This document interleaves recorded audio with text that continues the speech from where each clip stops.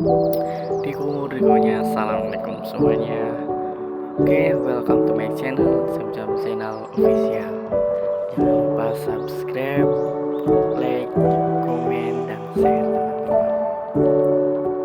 Pada video kali ini saya akan menjelaskan tentang manajemen inovatif, yaitu human capital atau modal manusia. Ya, langsung saja kita ke pembahasannya guys. Oke teman-teman, sekarang membahas human capital yaitu modal manusia. Nah, langsung saja yaitu arti dan pentingnya human capital. Human capital pertama dikemukakan oleh seorang ekonom bernama Theodore Schultz yang berpendapat bahwa peningkatan kesejahteraan pada perusahaan tidak tergantung pada tanah, peralatan, energi, sumber daya, melainkan pada kompetensi pengetahuan diri pegawainya. Kemudian ia mendeskripsikan posisi human capital sebagai kemampuan sumber daya manusia yang diperoleh melalui investasi pada sumber daya manusia, yang mendeskripsikan bahwa human capital terdiri dari 4 hal, yaitu pertama kemampuan, yang kedua perilaku, yang ketiga usaha, dan yang keempat waktu, dan semuanya ini dimiliki dan dikendalikan sepenuhnya oleh pegawai. Nah, untuk mendeskripsikan human capital sebagai kombinasi dari keempat faktor tersebut sebagai berikut teman-teman. Yang pertama adalah karakteristik atau sifat yang dibawa pada pekerjaan, misal integrasi, energi, sikap positif, keandalan, komitmen. Nah, yang kedua itu kemampuan seseorang untuk belajar teman-teman, yaitu kecerdasan, imajinasi, kreatif, dan bakat. Dan yang terakhir adalah motivasi untuk berbagi informasi dan pengetahuan, yaitu semangat tim dan orientasi tujuan teman-teman. Capital teman-teman sebagai kunci keunggulan organisasi, human capital ini terdiri dari 3 kelompok teman-teman. Kelompok utama dari aset perusahaan yaitu pertama aset finansial, yang kedua aset fisik, yang ketiga juga aset tak berwujud. Sebagaimana aset finansial misalnya uang tunai dan surat berharga, aset disebut finansial kapital.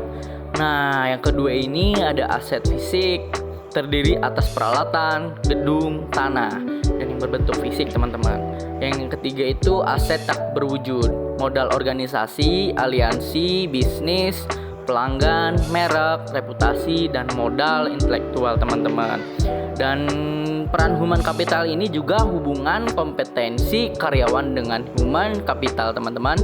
Dalam meningkatkan kompetensi karyawan, tantangan utama yang harus diperhatikan yaitu kompetensi harus sesuai dengan perspektif strategi bisnis, dan kompetensi perlu diciptakan melalui lebih dari satu mekanisme 5 cara untuk meningkatkan kompetensi karyawan, yaitu ada 5B.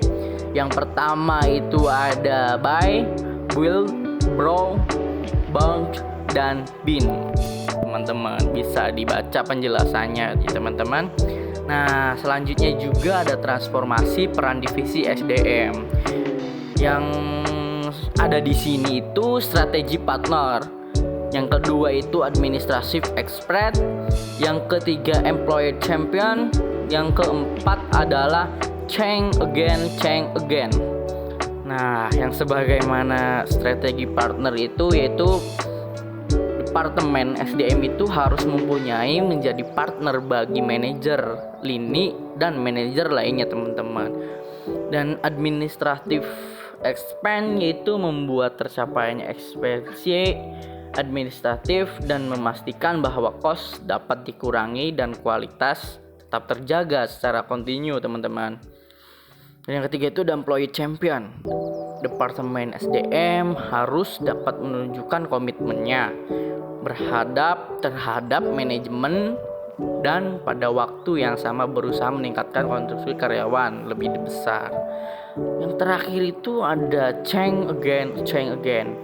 Departemen sumber daya manusia harus dapat menjadi agen perubahan yang kontinu, membantu proses dan kultur secara bersama, meningkatkan kapasitas organisasi untuk lebih baik.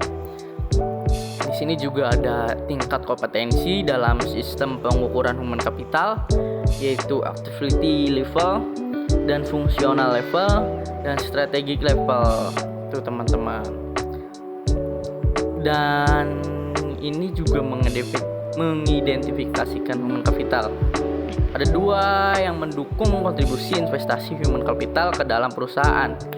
Pertama adalah karyawan dengan human capital tinggi lebih mungkin memberikan layanan konsisten dan kualitas tinggi, sehingga perusahaan tempat mereka bekerja dapat mempertahankan pelanggan atau menarik pelanggan baru. Yang kedua adalah pelanggan potensial dapat menggunakan kualitas human capital dari karyawan perusahaan sebagai alat penyaring untuk memilih layanan yang mereka sediakan, teman-teman. Nah, community di skill, learning skill, competitive skill, teman-teman. Mungkin itu saja yang bisa saya paparkan pada video ini tentang human capital, teman-teman. Ya, terima kasih teman-teman. Jangan lupa subscribe, like, comment, dan share. Dan pantengin, bakal banyak banget nanti konten-konten seru lainnya. Oke, pamit undur diri.